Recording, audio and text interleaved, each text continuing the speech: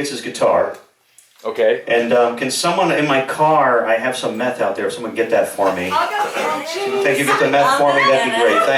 Thank you, honey. Great again. I don't have meth. It's a joke, it's Pat. You go, now he feels calm down. She's really a blonde at heart. I was just going on with it, but okay. Oh, you were that's cool. No, I love it. It's fine. Go get my meth, it's fine. Trying to save her from her mistake. Save her from herself. It's the funniest thing. I got you. You got it, okay. Don't worry. Even though everybody knows Faith Hill's version of this, all I got to do is put your version online, and their mouth drops, and they go, "Oh, I know the song." I'm like, Yeah. "Sure, that's why he's famous." You're my agent. Book me. We all You know, It's weird because Cry is a weird. It's a weird story because I wrote it like I wrote it like 10 years before my deal. Like I wrote it when I was a kid. Like I had like a real when I was in my mid-20s, early whatever. I had like a real breakthrough musically, and I wrote Free Man and Cry. I wrote like 3 songs in the same week, and that was one of those. Are 2 of them. The other one was Wonderland, maybe. But you have these breakthroughs when you're a writer. So anyway, so it sat in just literally a box because it's before computers, and it was like, and oh, that's a crazy story. So when I go and I get when Matt takes me to Clive Davis, so he's like, you have to play Cry, but I've never played it ever in my life in front of anyone. Like I've never played it. It was I recorded a demo and I sang the demo, and it was like in 1980 something, and now it's 1996, 7. We're going to see Clive 8, and he's like, you got to sing it for him. I'm like, I don't know it. Like I don't know it at all. Like there's like I wrote it on a piano 10 years ago. I have no idea what it is. So I called my 4th wife at the time, and I said, 4th? Well, she was. Technically not. Technically my 5th, but He's actually King Henry VIII. There you go. So I asked her head. Yeah. Isn't that how it always starts? Can you get it? Is that how every record should start? God, I have to talk to you. Yeah, you gotta take that This is my new kid. This is the kid. He's gonna run my company. This is him. So I did ask her head. I said, no, so I called her, and we were literally we were on the plane when the producer friend of mine said, you have to sing this for Clive. I was like, what? Like, little more heads up, more motherfucker, like what the hell? So we get there, and I'm like literally on the phone. This is shitty phones back then. I'm on the phone with my ex. I'm going, there's lyrics somewhere in the closet upstairs. This is like typewriter time, like 80s. There's like lyrics up there, I think, and you gotta go get them, and you gotta like, you can't send them to me. Like I didn't have like, it was no I don't know, I didn't have text. So she's like, so she's reading them, I'm doing them over the phone. We get to the thing, there's a piano in the lobby of Arista then. And I'm writing them down, and they're like, he'll see you in 20 minutes. I'm like, I know he will. Shut the hell up. And I figured it out a little bit horribly.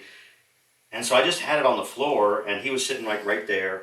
I was sitting here with, none of this. It was just a guitar. And I was honest. I said, I don't know this song, but I think it's cool, and he thinks it's cool, so I'm going to get through it. And I got through it, and he loved it. And it was like, I was terrible the first time. And then he goes, could you play it again? And I was like, actually, I can play it better now. So I'm going to, actually, it's great. I wish you'd have said that. Yeah. So I played it again, and I ended up playing it 3 times. And he was an interesting, amazing guy. And he said the last time I played it, he said, can you just recite the words to me? So I was just looking at the ground, reading the paper. And a few years later, I asked him why he asked that. And he said, I thought it was amazing. He's had hits like in every format, right? Every like pop and rock and countries, and even the Grateful Dead, the first hit was, he got the great Touch of Grey, is Clive.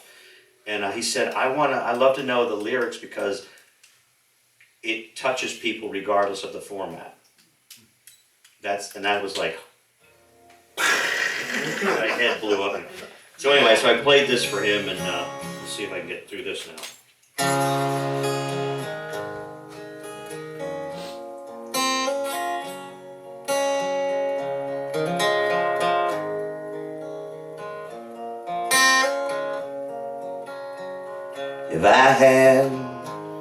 one tear running down your cheek.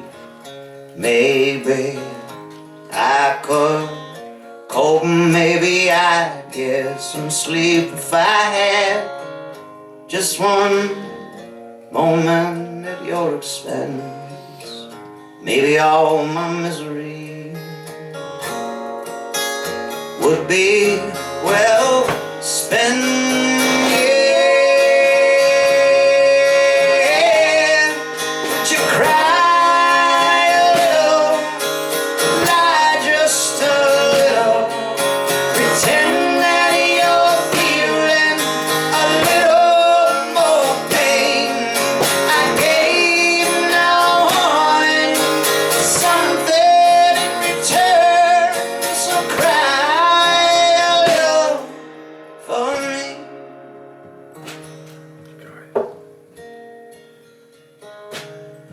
If your love could be caged, honey, I would hold the key and conceal it underneath and paralyze your hand in me. And you'd hunt, and those lies, they'd be all you'd ever find. That'd be all you'd have to know for me to be fine.